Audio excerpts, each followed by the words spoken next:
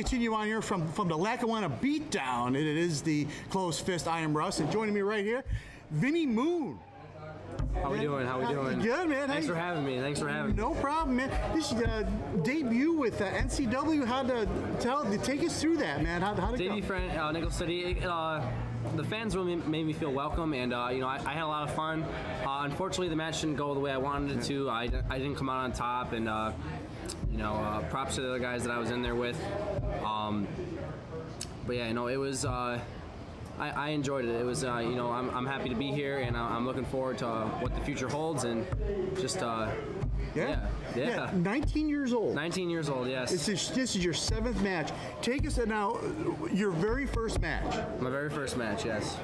Okay, what was going through your mind at that point? My first match, actually, I wasn't scheduled to be on the show, but I was going to just show my face and get myself known as that I could hang with some of the guys that were there and get my face known so I could be on future shows. I never thought that I was going to be on that show specifically, but I got there and they needed someone to fill a spot, and I brought my gear with me, and I was excited, but I was also very very very nervous, and but I remember I walked through the curtain, took a second to look around and kind of gather myself and just kind of realize where I was and just kind of take it in, I guess, and I took a deep breath, and the rest is history from there, and I've been wrestling ever since. So who's your inspiration? Who do you follow in pro wrestling? When I was a kid, I grew up, watching John Cena, and he's a larger than life kind of guy, and so yeah, definitely him. A lot of the guys like Chris Jericho, just CM Punk, those guys, it's you really get in. How do I try and say this? You really get into their characters, and you're really you're focused so much on them just by what they say, and they're just overall great performers. And Edge with the whole with his hair, and I have longer hair, so with him, just his intensity and just the way those guys work, it's just holy crap, this this is what I want to do, yeah. Yeah, so you're 19 years old. You walk into your first training session. My first training session. What? My first training session was actually at Empire State Wrestling. It was their monthly training sessions before shows, and it was with Jamie Olivencia, and I was new at the time, so I was nervous, but once I got in there and was doing my stuff, I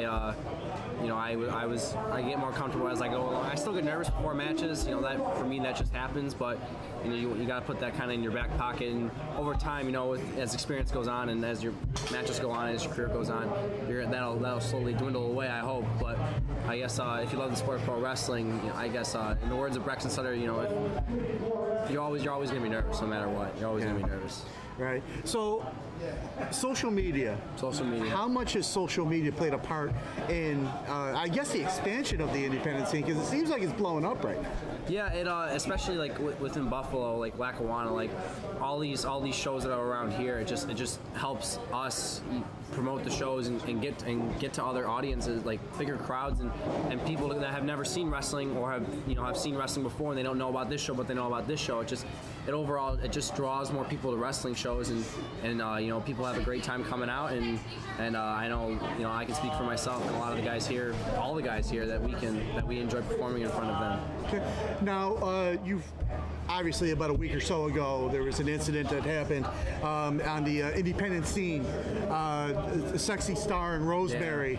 Yeah. What are your thoughts on that? Well, I was reading what Sexy had to say, or not Sexy, excuse me, Rosemary, and what she had to say, and it's true. You're putting your body, you're putting your body in the care of someone else's hands, so you have to trust them. And I feel like it doesn't, if you have personal issues with someone in the back, even if you're in the same match with them, that's not a place to do that, because you can really hurt someone if you're mad at them. And when you're mad at someone, you don't know, your actions can kind of get out of control. And I guess that, that's what we saw happen in that match. And the sad thing was, it wasn't even Rosemary that had heat with Sexy.